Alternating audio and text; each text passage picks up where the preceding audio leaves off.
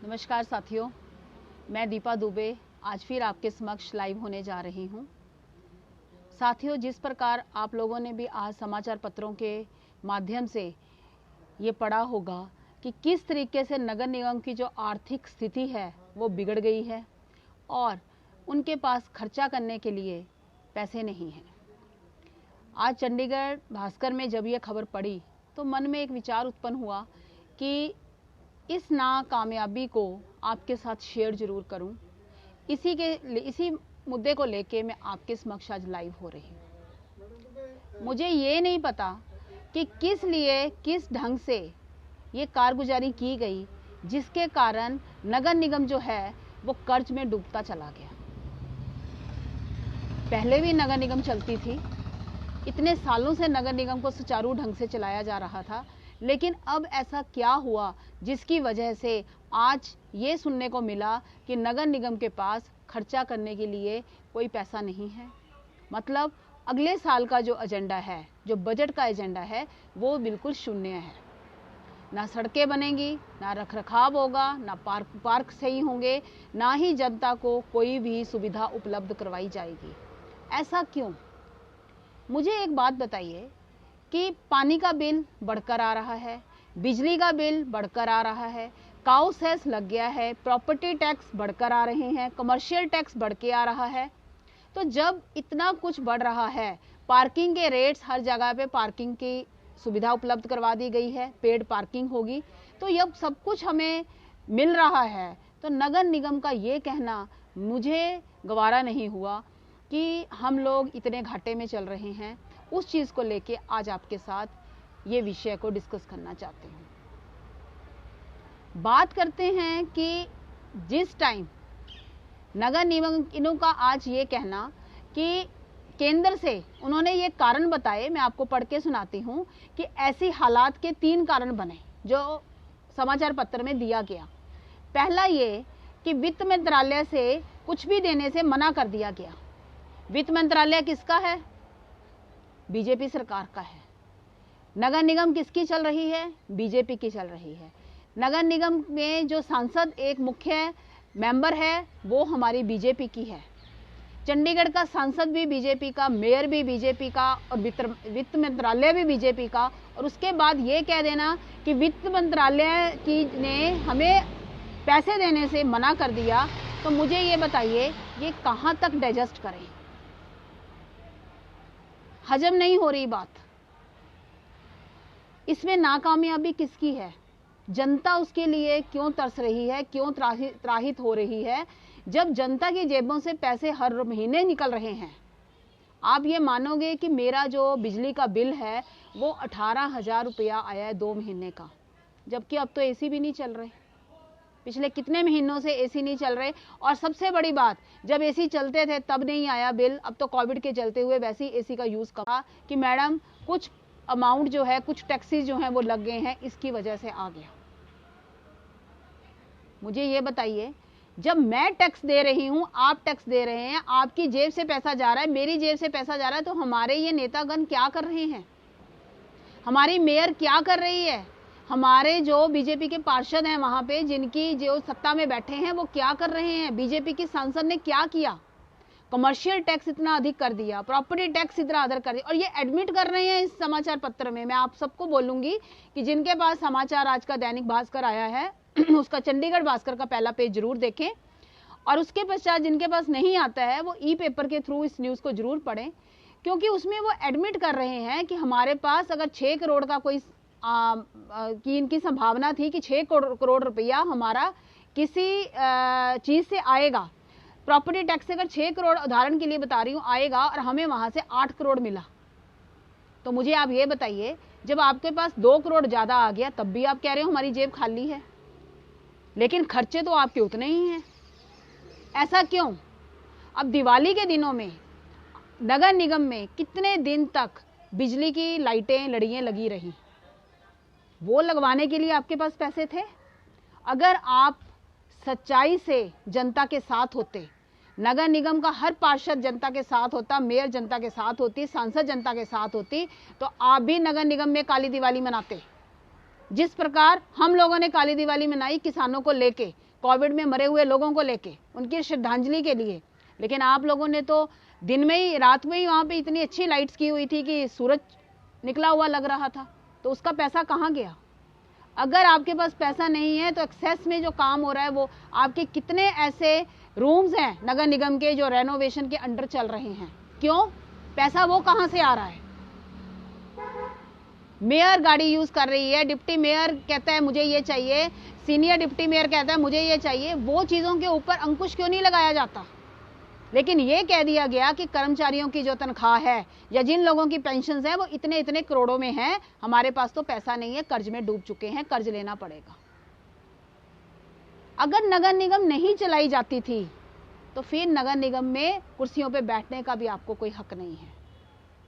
जनता की नुमाइंदगी आपसे नहीं होती, जनता के लिए आप कोई काम करने को तैयार नहीं है, चाहे वो कोविड का टाइम हो। कोविड में इतना आपके पास फंड आया, वो फंड कहां गया? क्या उसका कोई कहीं लेखा जोखा है? आप जनता को बताएं ना। मेयर की ड्यूटी बनती है जनता को ये बताना। प्रेस कॉन्फ्रेंस एक भी की मेयर ने? नहीं की।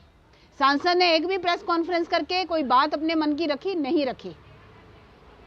क्यों नहीं रखी जाती? क्यों लोगों को इस प्रलोभन में रखा जाता है कि नहीं, हमारे पास तो, हम तो बहुत गरीब हो गए, हमारे पास तो कुछ है नहीं। लोगों की जेबें खाली कर दी। जो चीज लोगों को बोलना, जनता को बोलना चाहिए, वो आप लोग बोल रहे हो। शर्म की बात है। और आज आप लोगों ने ये प्रमाणित कर दिया कि नगर निगम में आपके पास खर्चा करने के लिए नहीं है। तो मैं जनता को यही इस माध्यम से कहना चाहूंगी, अपने नागरिकों को यह कहना चाहूंगी कि हमें सोचने पे मजबूर होना पड़ेगा। ये आज किसी एक व्यक्ति विशेष की बात नहीं हो रही है, आज ये आम जन की बात है, चंडीगढ़ के हर एक नागरिक की बात है।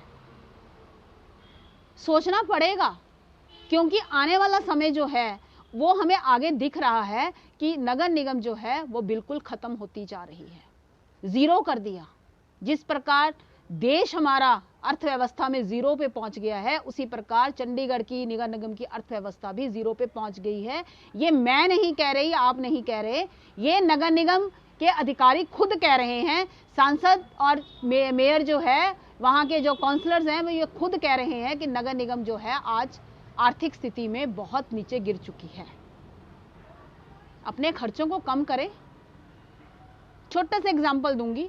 तीज का त्योहार आता है तो लाखों रुपए खर्च हो जाते हैं, लेकिन 14 नवंबर बाल दिवस के रूप में पूरा हिंदुस्तान मनाता है। चाहे उसके टोकन के लिए आप एक बच्चे को एक किसी कॉलोनी में जाके एक पेंसिल कॉपी ही दे देते, लेकिन जो चंडीगढ़ का बसाने वाला, चंडीगढ़ को, चंडीगढ़ की कल्पना करने वाला व्यक्ति जो था, उसका अगर चंडीगढ़ में नगर निगम के द्वारा उसके जन्म दिवस के ऊपर कोई भी कार्यक्रम नहीं रखा जाता या बच्चों के लिए वो कार्यक्रम नहीं किया जाता, तो शर्म की बात है। अगर ऐसा ही था तो वहां एक डब्बा लगा लें दान पात्र का। जो लोग दान देना चाहेंगे किसी कार्यक्रम के लिए, तो वहां दिया जा सकता है ना। कर्ज किस चीज का मांगते हो? ये तो वही है, कर्ज लिया और फिर भाग लो। पहले भी यही होता आ रहा है हमारे देश के साथ। तो इन चीजों के लिए हमें अपने आप को जागरूक करना पड़ेगा। अगर हम सोचें कि कोई व्यक्ति अविशेष आके हमारे लिए भगवान स्वरूप खड़ा हो जाएगा और शायद हमारी मदद करेगा और इन लोगों की चुंगल से हमें बचाएगा, तो ऐसा नहीं हो सकता। हमें खुद हर एक व्यक्ति को जागरूक होके इन चीजों के लिए जवाब मांगना पड़ेगा।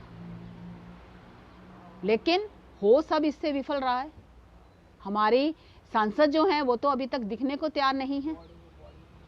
और हम वार्ड की बात करें, शर्म आ गई ये सुन के कि एडवाइजर जी ने ये अलाउ कर दिया है कि 25 सेक्टर में मृतक जानवरों का शवगृह बनना शुरू होने वाला है।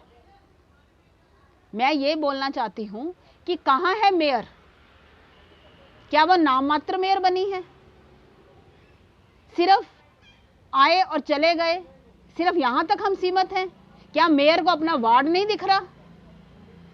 शर्म आनी चाहिए ऐसे व्यक्ति के लिए, जो व्यक्ति ये नहीं सोच रहा है कि सेक्टर 15, 14, पंजाब यूनिवर्सिटी का एरिया और खुड्डा लाहौरा की कॉलोनी, पीजीआई का एरिया और पैक का एरिया, जिस लेडी के पास जो काउंसलर अपने आप को बोलती है, उसने आज 4 सालों में क्या किया। एक भी वो खाता खोल के बता दे मुझे, मैं सीधा चैलेंज कर रही हूं उनको कि आप एक भी चीज बताइए जो आपने अपने वार्ड के लोगों के लिए किए। आप मेयर बनके, ये तो मेरे पेपरों में भी बहुत पढ़ा कि सबसे ज्यादा जो विफल मेयर रहा वो राजवाला मलिक रही, और ऊपर सोने पे सुहागा हो गया। मैडम को काम करने का मौका ना चाहते हुए भी कोविड ने नहीं दिया, और चाहते हुए भी कोविड ने नहीं दिया, क्योंकि कोविड का बहाना तो बहुत बढ़िया है, मेयर के लिए भी है, सांसद के लिए भी है, और लोगों के लिए तो कोविड नहीं है। आप लोग ये देखिए कि हर व्यक्ति कोविड में भी अपना काम कर रहा है। आप लोग भी अपनी अपनी ड्यूटीज पे जा रहे थे। जो बैंक कर्मचारी थे वो भी अपनी ड्यूटी पे एक दिन भी घर पे नहीं रहे। क्या उनके लिए कोविड नहीं था? डॉक्टर्स के लिए कोविड नहीं था? हमारे सफाई कर्मचारियों के लिए कोविड नहीं था? कहां मेयर ने आवाज उठाई कि हाँ, मेरे इलाके के पास शवगृह नहीं बनना चाहिए? जनता को मूर्ख बनाया गया। आज बात हो रही है, आज कमेटी के पास केस चला गया है, रिव्यू हो रहा है मैटर, धरने प्रदर्शन पे लोग बैठे, भूख हड़ताल पे बैठे। लेकिन कल समाचार पत्र दैनिक जागरण से मुझे ये खबर पता चली, पढ़ के बड़ा दुख हुआ कि फिर वही लोग जो हैं डड्डू माजरा के, धनास के और 25 के अलावा 15 के, 38 के, 22, 23 के ये लोग जो हैं वो मृत गृह से प्रभावित होने जा रहे हैं। आपने पटाखों के ऊपर बैन कर दिया, लेकिन जो वो तो एक दिन के पटाखे का पोल्यूशन फैलना था, जो हर रोज जो लोग ये वहां की दुर्गंध से, गंदगी से, और अब उसके ऊपर जो आपका ये शवगृह बनने जा रहा है पशुओं का, जानवरों का, उससे कितने सांसों की प्रॉब्लम से ग्रस्त होंगे वो आपको नहीं दिखा। मुझे समझ नहीं आ रही है कि ये हो क्या रहा है। आखिर जनता की कोई सुनवाई नहीं है। जनता के लिए हम व्यक्ति जो है, एक विशेष व्यक्ति के लिए या किसी के कहने पे या किसी को खुश करने के लिए ये कार्य हो रहे हैं, लेकिन जहां इतने लाखों जनता त्राहित हो रही है उसके बारे में किसी का विचार नहीं है। तो मैं मेयर से कहना चाहूंगी कि आप ना तो एक अच्छी मेयर बन सकी, ना ही एक अच्छी काउंसलर बन सकी, क्योंकि 4 सालों में आपने कभी भी आके अपने वार्ड को नहीं देखा, वार्ड की समस्याओं को नहीं पूछा। और आप एमपी किरण खेर की ही पदकंबों में चलना शुरू कर दिया आपने। लेकिन आप ये देखिए मैडम कि आपका जो ये काल रहा वो सबसे निष्कासित काल रहा, सबसे बुरा काल रहा। आपने जनता के लिए क्या किया, अगर आप अपने आप पे अंतर मन से ध्यान से सुनेंगे तो आपको खुद अपने आप पे शर्म आएगी कि आपने जनता को धोखे के सिवाय कुछ नहीं दिया। जिस दिन आपने मेयर की शपथ ली थी, आपने उस दिन कहा था कि मैं जहां से मर्जी फंड लेके आऊं, मैं वहां प्रेजेंट थी। मेरे पत्रकार भाइयों ने भी बहुत कुछ रिकॉर्डिंग्स की होंगी। मैं जहां से मर्जी फंड लेके आऊं, मैं नगर निगम को उच्च कोटि तक लेके जाऊंगी। तो कहां गई उच्च कोटि और वो वादे? इसका मतलब तो ये है कि जैसे हम बड़ों को देखते हैं, आप अपने बड़ों को देख रहे हो कि वो झूठ के ऊपर कैसे चल रहे हैं, उसी ढंग से आपने भी शुरू कर दिया। लेकिन मैडम मैं एक बात कहना चाहूंगी, आपको भी कहना चाहूंगी, और आपकी बड़ी बहन जो है मैडम किरण खेर को भी कहना चाहूंगी कि मैडम, जनता जो है वो इतनी बेवकूफ नहीं है। आप सांसद हैं, आप मेयर हैं, तो जनता की उम्मीदें आपके साथ हैं। अगर आप जनता के लिए कुछ काम नहीं कर सके, नागरिकों के लिए कुछ काम नहीं कर सके, तो आपकी बातों का और झूठ के पुलिंदों का कहीं भी कोई व्यक्ति भी मूर्ख नहीं बनेगा। हाँ, कुछ बंदे हैं, कुछ लोग हैं जो अंध भगत हैं आपके, वो जो कुछ मर्जी करें, उनसे दुनिया का कोई लेना देना नहीं है, क्योंकि वो तो आंखें बंद करके चल रहे हैं। लेकिन सब लोगों की आंखें बंद नहीं है। जितना मूर्ख आप लोगों ने बनाना था, बना लिया जनता को। लेकिन आज जो मैंने आपके सामने ये प्रश्न रखे हैं, मुझे उन चीज़ों का आप लोगों के साथ सहयोग चाहिए। आप लोगों को जरूर पढ़नी चाहिए ये न्यूज़, किस तरीके से नगर निगम का आज अर्थव्यवस्था जीरो पे पहुंच चुकी है। वो इनके ही लोगों के द्वारा, इनके ही काउंसलर्स के द्वारा हुई। इन चीज़ों के विषयों को लेके आज मैं आपके समक्ष थी, और मैं समय समय पे आपके समक्ष आती रहती हूँ और आती रहूँगी। मैं ये चाहूँगी कि इस मुद्दे को, यह मुद्दा हमारी अपनी पॉकेट्स का है, ये किसी व्यक्ति विशेष का नहीं है। तो हमें इसके, आप लोगों के माध्यम से, इस मीडिया के माध्यम से हमें अधिक से अधिक इस चीज़ को शेयर कीजिए, मुझे कमेंट्स भी भेजिए, ताकि आप लोगों की आवाज़ जो है वो मैं आगे उठा सकूं और हम लोगों की सबकी आवाज़ इकट्ठी होके हम आगे तक लेके जा सके, ताकि ये आवाज़ दबी ना रह जाए, कहीं ये ना हो कि समय निकल जाए और हम अपने हाथ ही मलते रह जाएं। धन्यवाद।